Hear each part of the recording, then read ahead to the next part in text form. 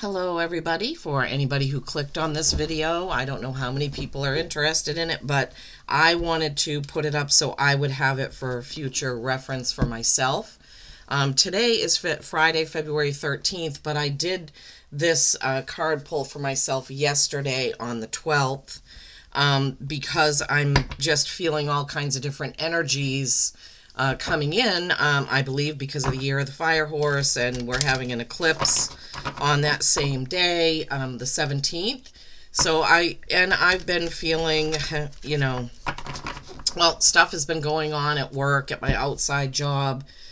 So I've been feeling some kind of way. Yesterday I was like, I don't even want to go in. And so anyway, I decided that I would ask my guides to give me a message about what's going on with me going forward. How do I excuse me, continue with what I'm doing, and if they had a message. So first I used the main oracle deck, and I did read these cards briefly yesterday, but I'm going to try to get into a deeper, I've asked my guides to give me the deeper message here. So the first card that came out is 48, the Sacred Cow. And this is a 12, which is a 3, which is creation and collaboration. Here may be a different culture.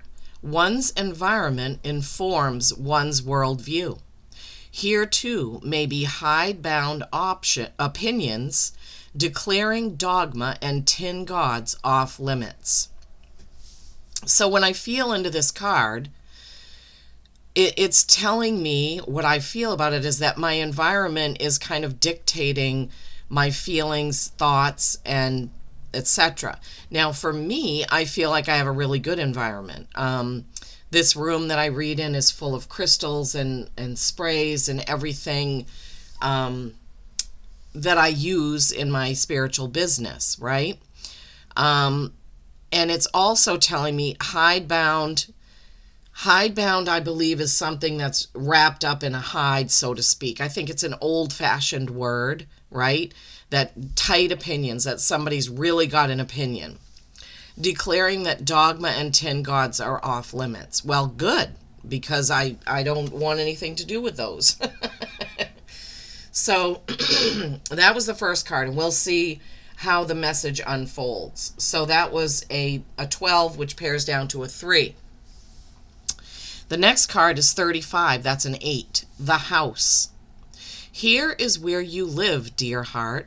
Here, body and soul dwell together. Welcome only the best you deserve, no less, in this place of many rooms. So, both of these cards are talking about my environment, my home. Excuse me. My throat does this sometimes when I'm channeling or when I'm doing readings. I don't know why. Well, the throat is communication, right? So spirit communicating through me.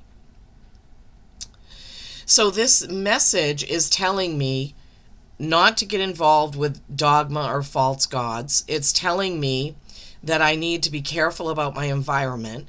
It's telling me that in my home is where head and heart need to come together. Body and soul dwell together. So as above, so below. This is what Spirit is giving me right now. There are many rooms in my house, my body, my home, right? And I need to keep all of those rooms spiritually clean is what the message is that I'm getting there. So then I went on to the tarot. Let me get a drink of my coffee. Wow. So 6 of Pentacles. And if you've watched me before, you know that typically the message of the 6 of Pentacles is that our money, time, and energy are not going, well, they're not landing where we think they are. And this made perfect sense to me because I'm going to this outside job and I'm basically going to it because I need health insurance. I could get a different job, a different part-time job. This company happens to offer health insurance for anyone who works at least 20 hours. I have to pay more for it. Not quite double what a full-time person pays. But am I chaining myself to a job for health insurance? I didn't even go to the doctors in 2025, not once. But I spent whatever I spent, over $1,000. I don't know what it is. I honestly can't remember. On health insurance that I never even used one time. Right? So my energies and efforts are not landing me where I think they are. I'm putting too much on, oh, I have to have this job. I have to have this health insurance. I have to have this paycheck. When I could put faith in and jump off and just put 100% of my time into right? Tarot, hypnosis, and healing. That's what Spirit gave me for the message of that card when it came out, is it's not what I think. This outside job that is making me so frustrated is not what I think it is. And it's not doing what I think it is. Then I have the Star card. This is hopes, dreams, and wishes fulfilled, right? So maybe if I could stop the insanity of making myself think that I have to go there, and do that job to get that paycheck, my hopes, dreams, and wishes would be fulfilled. And then 7 of Wands. 7's a reflection, and this is defending your position, right? So I don't know why I said he, my guides gave me 2 messages with this. One, defending my position at work, like I'm only going to work my scheduled hours. I am not going to come in early or stay late. I am not going to take on more than I can handle, defending that position. But also they gave me defending the position of wanting to get away from that job and do what I love, right? Wow. I mean, Wands, action and passion, right? This is what I'm passionate about, right? And maybe I need to take some action on getting out of that other job sooner. So the 7 of Wands is followed by the Knight of Wands, even faster, right? I mean, this is like an exploding volcano. It's like a few days ago, was it Tuesday? No, it was Wednesday. I came this close to quitting my job because I was upset about something that management did. And so I feel like I'm getting to that point where something is going to be the tipping point, and I'm going to be like, see you later. Because the explosion of how I felt that day, I could barely concentrate. And that's just not good for me or anyone, right? And then the 4 of Pentacles. So this is what you keep and what you give of your time, energy, and money, material things. What do you keep and what do you give away? And this made perfect sense because it's not going where I think it's going. It's not doing the good that I think it's doing. So maybe it's time to take some of it back and put it back in the box, or use it for what I want to use it for. Maybe it's about time for me to use my time, energy, and money towards the things that make me happy. And the last card that came out is the King of Cups. So this is the masculine top of the suit of cups. I don't know why this won't focus. He has his emotions under full control, under total control. He's sitting there in his chair, letting the water flow around him. He is connected to the water. He's got one foot there in the water. But he also looks bored, and I totally get this. Oftentimes when this card comes up, I'm telling people that somebody in the relationship is bored. But in this reading, I am really bored at my job because I've made it as efficient as it can be. I've done everything that I can possibly do. So now I just go in and do the same things every day. Check people in, collect their co-payments, file their documents and paperwork online, scan them in, file. It's the same thing over and over and over. Granted, every 3 months there's like a different group of people there because it's physical therapy, but I am bored. I'm extremely bored. I have no joy that I get out of it. So some of you may have heard me say on a recent video that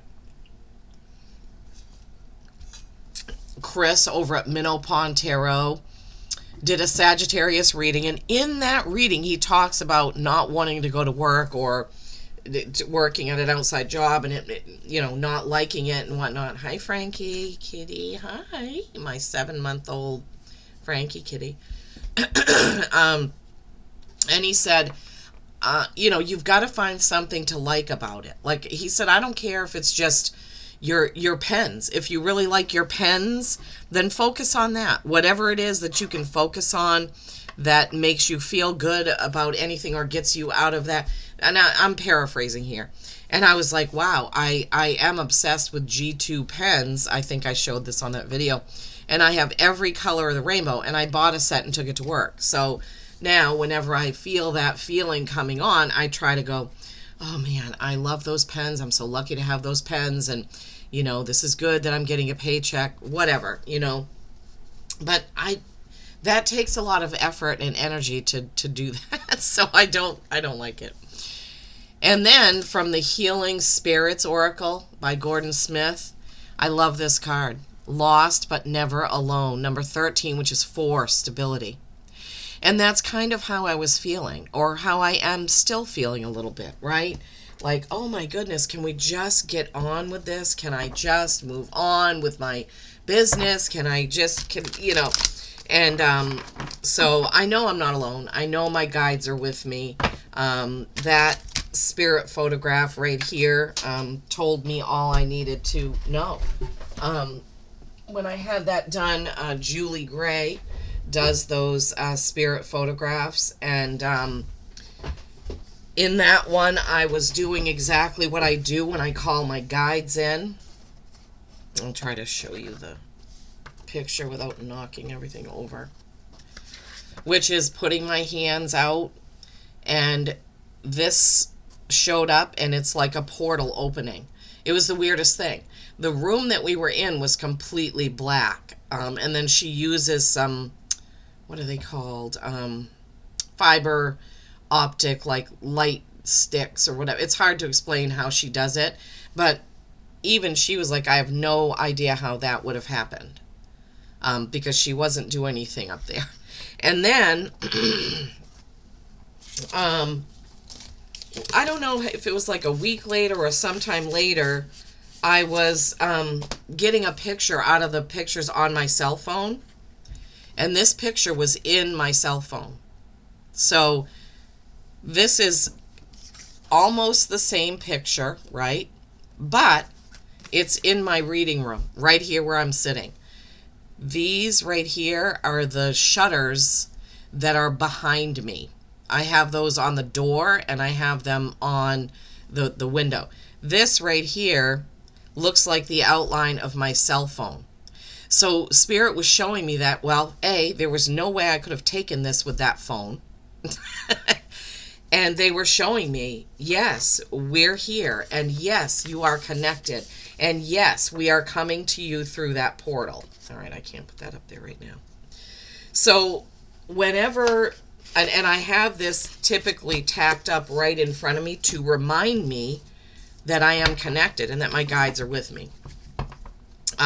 I have it in the package that it came in, because we're getting our taxes done, and my tax lady used to read tarot, and she was really interested to talk about it the last time I was there. So I'm going to bring her that. She also had her spirit photograph done the same day that I had mine done. So I'm bringing that to show her, so it's not up right now. Okay, so the Council of Horses Oracle 40-card deck and guidebook came in yesterday. And I've shuffled it. I've looked at the cards. I've gotten my energy on the cards. And I'm going to pull one card for me, my reading right here and now, and see what the message is from horse. I got these for the year of the horse. I love horses anyway. And I never found a horse deck that I really liked, but I have a feeling that people created decks because they knew that the year of the fire horse was coming. I don't know. Oh, I should show you the front. A horse with like a star on its chest. It's pretty cool. All right, and I'll tell you the names of the people who created. Okay, 2. Oh my gosh, love it. It is by Sandra Wallen and Kim McElroy. Okay, so the first one that came out is Kelpie. Now, that reminds me of a card in the water deck called Selkie, about somebody taking off their, well, masking their true self and then taking it off. But this is called Initiation and Remembering. Initiation and Remembering. Green is my favorite color, by the way. All right, now let me see. I don't know how this book is set up. Oh, it's in alphabetical order. Okay.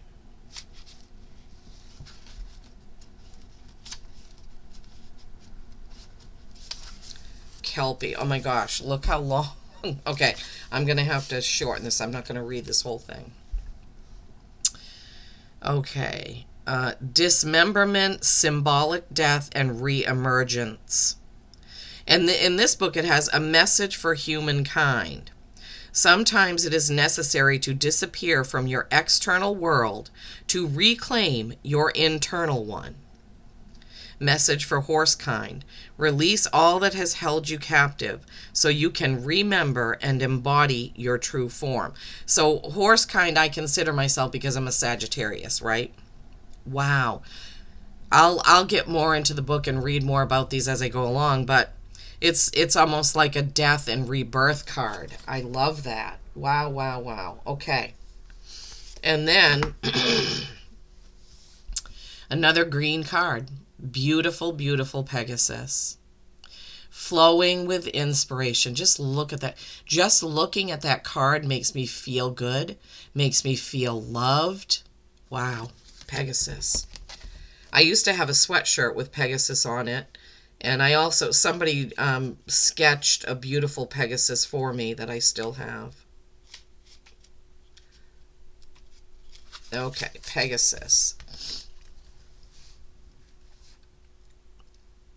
Flowing with inspiration, sourcing creativity, innovative expression, tapping your hidden talents. Message for humankind. Inspiration is not solely the exalted domain of artists and poets. It is a necessary state of mind for the human race. Yeah, wow, oh my gosh. Message for horsekind. Let your heart soar, for you have the power of flight without wings. Oh my goodness. Well, I thank my guides for this beautiful message of inspiration, for sure. Very inspirational, yeah. Kelpie and Pegasus. Two beautiful green cards. And they're not all green, just so you know. See, there's blue, orange, yellow, purple. But my guides know exactly what I need when I need it. If we call on our guides, they will give us what we need. So if you've tuned into this reading for myself, Lisa, thank you for tuning in. Thank you for supporting my channel.